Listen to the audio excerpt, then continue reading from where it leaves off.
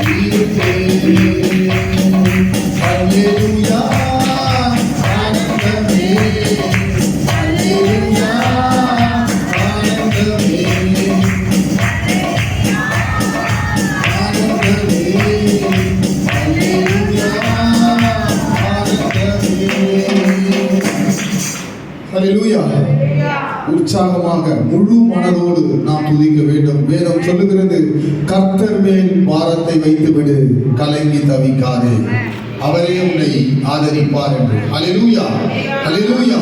தேவனை உற்சாகமாக சில மணி நேரங்கள் மாத்திரம்தான், அதிக நேரம் எடுப்பதே கிடையாது.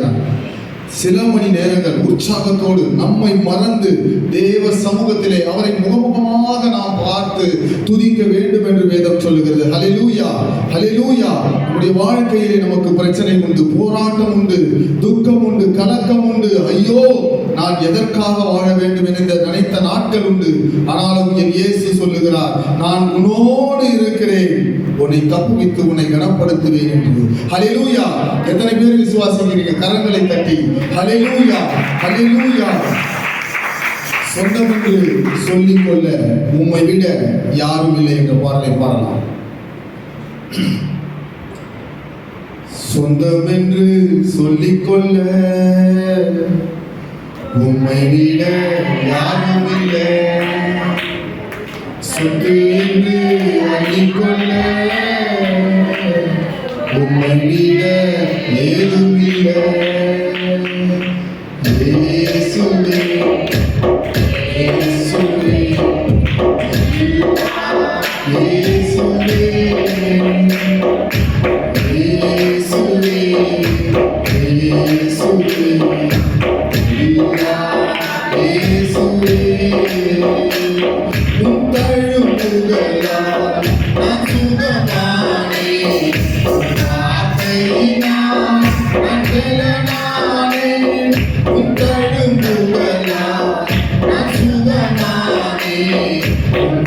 கட்டளையினால்